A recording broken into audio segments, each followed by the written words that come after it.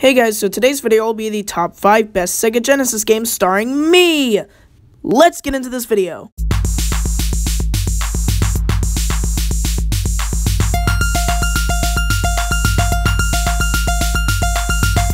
Coming at the number 5 spot, we have Mortal Kombat 2. You want to know my favorite character? You really want to know?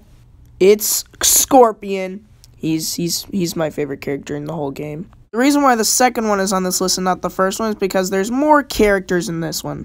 The graphics are really good, and the fighting is really good. It's really good for a game made in 1994, I think. I'll go look that up if you'll excuse me for a second.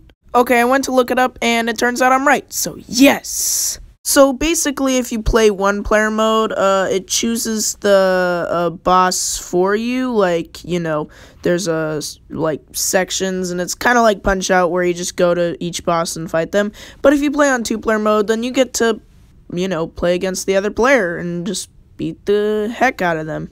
Coming at the number 4 spot, we have Ristar. Now, I would tell you the story, but I'm gonna let you see it for yourself.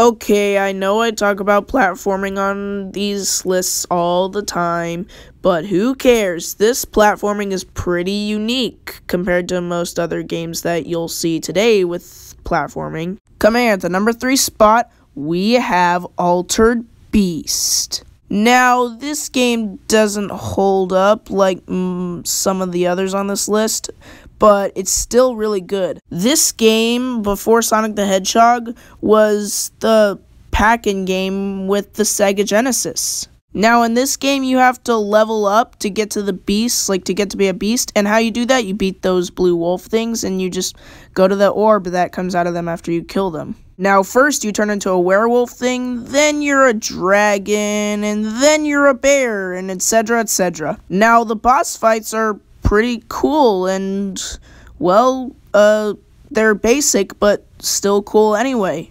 Oh, and if I had to describe this game to you, it's basically a side-scrolling beat-em-up, so, you know, it's not like a normal beat-em-up because it side-scrolls by itself, but it doesn't just stop at one screen.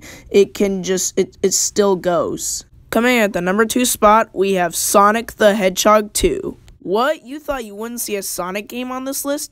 This is a Sega Genesis top 5 list. You're gonna see Sonic.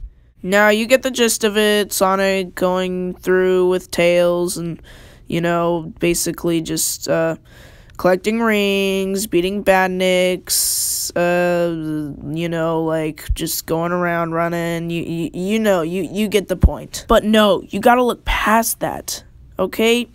This game is more than just a sequel. Or at least that's just the excuse I'm using, so you don't type in the comments, oh, well, why'd you put Sonic the Hedgehog 2 on the list? Mainly the reason why is because, well, it's one of my favorite Sonic games. Now, I've talked about this before on my channel, but I usually avoid the Sonic special stages at all costs because, well, they're hard for me and optional, so hard and optional equals me not doing them. I like the boss fights.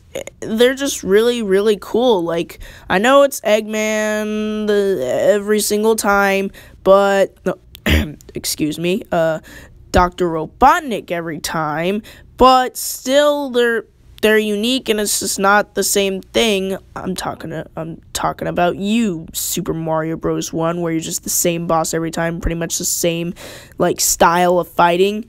And you save the animals. They're pretty cute, aren't they? Aren't they? Coming in at the #1 spot, we have Sonic 3 and Knuckles. I've talked about this game before on my channel, so I'll be brief, aka I just don't want to make the video too long for my video lengths on my channel. You get the point. So anyway, I'll just keep it short by saying blah blah blah platforming, blah blah blah good. I hope you enjoyed this video. If you want to check out more, go to Nate Dog Brine and make sure to like and subscribe. So yeah, bye!